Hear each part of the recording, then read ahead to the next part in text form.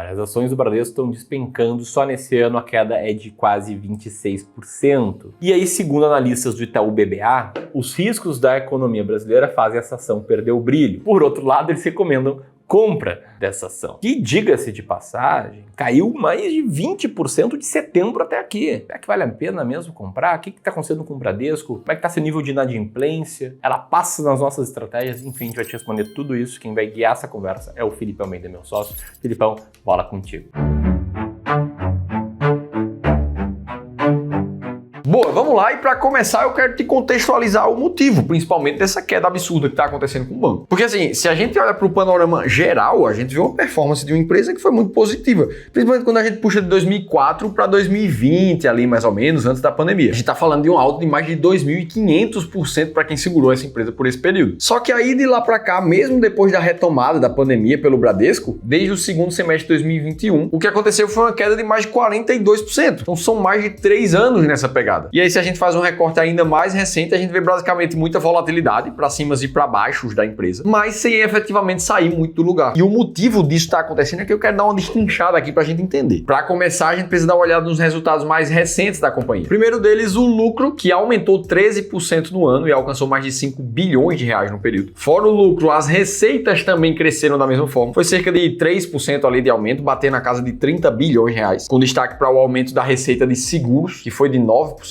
Terceiro ponto, a carteira de crédito do banco também aumentou 7% no ano. Isso aqui é um indicador importantíssimo, inclusive para os bancos. Afinal de contas, o banco vive de emprestar dinheiro. Essa é a principal fonte de receita dele. Se a carteira de crédito sobe e a inadimplência fica controlada, isso quer dizer que o banco avançou ali operacionalmente falando. Só que aqui já entra o quarto ponto, que mostra que, na verdade, as despesas operacionais do Bradesco aumentaram cerca de 10%. E aí você pode olhar para isso aqui e pensar, poxa, Felipe, mas então receita cresceu, lucro cresceu, carteira de crédito cresceu. Beleza que o custo deu uma aumentada ali, mas parece que, como o lucro cresceu, não foi nada tão contundente. Mas a verdade é que existem outros dois pontos que a gente precisa analisar do Bradesco que não são tão bonitos assim. Até porque a gente precisa ter muito cuidado quando a gente vai dar uma olhada numa empresa, pra gente não acabar sendo levado para um lado somente de falar bem da empresa, falar positivamente sobre os números, ou também pro outro lado, de somente falar mal, mostrar os números ruins. A gente tem que colocar os dois lados ali na mesa para poder decidir com mais clareza, principalmente se você tiver uma estratégia que te ajuda a fazer isso. Porque senão acontece o que aconteceu com o Mauro, que é o dono dessa carteira de investimentos aqui com quase 2 milhões de reais. E vendo o balanceamento das ações da carteira dele ali, a gente vê cerca de 19 mil reais em Bradesco, sendo que outras empresas chegam a ter 120 mil, como a própria Engie, 50 mil, como a Klabin. E aí o ponto é que dentro de uma análise de carteira, quando a gente questionou para o Mauro por que ele tem mais de 100 mil em uma empresa e menos de 20 mil em outra, ele não tinha clareza necessariamente de responder se era hora de comprar mais Bradesco, porque ela estava mais desbalanceada, ou se não era hora de colocar ainda mais dinheiro na Engie, que já tinha um capital mais expressivo ali na carteira dele. E esse que é o ponto. A maioria dos investidores é como o Mauro, não tem clareza suficiente para saber a hora certa de comprar ou de vender e qual ativo fazer isso tudo. E é exatamente aqui que entra a primeira consultoria que é gratuita aqui no Clube do Valor, justamente para te ajudar a ter mais clareza e convicção na tua estratégia. Depois de alguns anos já fazendo esse processo, a gente vê feedbacks como esse, do Henrique, um investidor que passou aqui por uma das nossas consultorias. Então, se você quiser a nossa ajuda direta para te mostrar uma forma de você saber sempre qual ativo comprar, qual vender, renda fixa, dólar, ações, fundos imobiliários, aí eu vou te convidar para participar de 1 hora de consultoria gratuita com um dos nossos especialistas treinados, e você consegue fazer isso lendo esse QR Code que está aqui na tela ou clicando num link que está na descrição do vídeo. Mas beleza, vamos lá para os dois últimos pontos do Bradesco que podem comprometer um pouco a imagem dele agora. E para te mostrar esse contexto aqui, a gente precisa voltar um pouquinho no tempo, lá em 2020, o ano da pandemia. Naquela época ali, até 2022, os bancos digitais começaram a ganhar uma representatividade de 60% no Brasil. E aí você deve se lembrar do discurso daquela época. Bancos digitais não tinham tarifas, começou a atrair muita pessoa física principalmente. E aí foi justamente naquela hora que o Bradesco começou a querer ser mais agressivo do que os outros bancões, principalmente na ideia de tentar reter aqueles clientes ali. Qual foi a estratégia? Eles começaram a liberar muito mais crédito. E essa pode até parecer uma estratégia racional, uma vez que o banco ganha muito mais dinheiro quanto mais dinheiro ele empresta. Só que o ponto é que liberar muito crédito e baixar a régua na análise de crédito das pessoas que você vai emprestar esse dinheiro pode trazer uma consequência muito ruim para os bancos, que é a inadimplência. E foi justamente aqui que a gente viu a inadimplência do Bradesco no final de 2020 sair da casa de 2,2 para todas as carteiras e pular para 5,5 5 no final de 2022 e se manter num patamar mais elevado, de 4,3 como ele está agora. E misturado com outros pontos ali, isso aqui fez o Bradesco andar de lado nesse período inteiro. E aqui entra o quinto ponto que acabou atrapalhando o Bradesco, que é o contexto macroeconômico do nosso país. No momento que a taxa de juros começa a subir, como agora, é natural que o crédito fique mais caro e que as pessoas tenham mais dificuldade ainda de pagar o que elas devem, principalmente para os bancos. E aí o que é que a gente viu? Um índice de inadimplência que estava começando a voltar para os trilhos na metade de 2024, ali na casa de 4,3%, e que até o momento parou de cair, mostrou instabilidade ali, e a inadimplência se manteve agora para o final desse ano. E aí se um banco tem uma inadimplência mais alta, ele precisa reter uma parte de tudo que ele ganha, justamente para compensar esses rombos ali de inadimplência que os clientes não pagam o que eles devem. Isso, consequentemente, precisa ir para o balanço financeiro do banco, na famosa chamada PDD, Provisão para Devedores Duvidosos, que está na cifra ali acima de 7 bilhões de reais nesse momento, mais ou menos estável desde o começo do ano para cá. E aí, no meio disso tudo aqui, ainda tem gente que fala que é um bom momento de compra para o Bradesco, com potencial de valorização, inclusive, de 30%. Muitos desses analistas, inclusive, destacando o preço do valor patrimonial atual do Bradesco, que está abaixo de 0,8. E aí, na mesma pegada, tem casa de análise que é mais conservadora, como é o caso do BTG ali, que está com recomendação neutra, mesmo estando com um preço-alvo em 17, que ainda traria um upside ali muito forte para a empresa. Mas aí, no meio desse contexto inteiro, o que é que a gente aqui do Clube do Valor está vendo para o Bradesco nesse momento? Pois bem, se você nos acompanha aqui do Clube do Valor, você deve saber que a gente gosta de investir com base em estratégias sistemáticas, baseadas em dados para tomar decisão. Inclusive, entre as mais comentadas aqui do nosso YouTube está a estratégia das ações mais baratas da bolsa, a máquina de dividendos. E aí eu deixo a pergunta para você. Você, nesse momento, acha que o Bradesco está barato? Acha que é uma boa pagadora de dividendos? E mais do que isso ainda, você sabe o que é que você precisa mudar na tua carteira de investimentos para começar 2025 num rumo muito mais rápido para a tua tranquilidade financeira? E se sua resposta imediata foi não, eu preciso te convidar para clicar no segundo link aqui da descrição do vídeo, para você se inscrever num evento gratuito que o Ramiro vai fazer aqui no YouTube, para te revelar 3 alterações que você precisa fazer na tua carteira de investimentos em 2025. Tudo visando acelerar o teu caminho para a liberdade financeira. E isso tudo vai acontecer nos dias 7 e 8 de janeiro. Vai ser a nossa forma de te ajudar a começar o ano com uma carteira imbatível. E aí eu te convido a garantir já a tua vaga. E aí, se a gente volta para o Banco do Brasil para responder se ela tá barata, para a gente fazer isso aqui no Clube do Valor, a gente costuma analisar esses 6 filtros aqui, que se você observar ali no terceiro item, a gente busca encontrar empresas que são boas geradoras de caixa quando comparado ao seu valor de mercado atual. E para isso a gente usa a métrica EBIT, que é a abreviação do Earnings Before Interest and Taxes, que nada mais é do que o lucro das empresas antes de você pagar os impostos e as despesas financeiras que você tem ali. E como no balanço de um banco, esse tipo de métrica de geração de caixa não se adequa, é por isso que na nossa estratégia de ações baratas, nem o Bradesco, nem banco nenhum nunca vai estar presente. Por outro lado, na estratégia de dividendos, dá para entrar banco na máquina de dividendos. E para selecionar as 10 empresas que mais pagam dividendos da bolsa, a gente usa esses 5 critérios que estão na tela para vocês. Que entre eles vão estar a busca por empresas lucrativas nos últimos 12 meses, empresas que vêm crescendo o seu lucro nos últimos 3 anos. Não adianta nada dela ter um bom dividendo agora se ela não tem um histórico recente de crescimento de lucro para te pagar mais dividendos ao longo do tempo. Além disso, ela precisa estar com um histórico recente dos últimos 3 anos de altos pagamentos de dividend yield, senão não é uma estratégia de dividendos. Olhando para o dividend yield histórico do Bradesco, a gente vê que ele conseguiu dar uma aumentada de 2022 para frente, principalmente porque a cotação caiu e ele seguiu pagando o dividendo um pouco mais alto. E aí, quando se faz o cálculo do dividend yield nessa hora, você tem uma métrica de porcentagem um pouco maior. Mas uma coisa que faz a gente filtrar as empresas na máquina de dividendos é justamente o crescimento de lucro ano após ano. E o que a gente vê é que, pela métrica de CAGR dos lucros dos últimos 5 anos, o Bradesco está negativo, ou seja, ele vem, na verdade, reduzindo os lucros. E isso fica ainda mais claro quando a gente deixa somente essa métrica e percebe que de 2021 para cá, na verdade, o lucro reduziu. O que é suficiente para cortar a possibilidade de ela entrar na máquina de dividendos, visto que as empresas que estão a partir do top 10 apresentam um dividend yield médio dos últimos 3 anos ali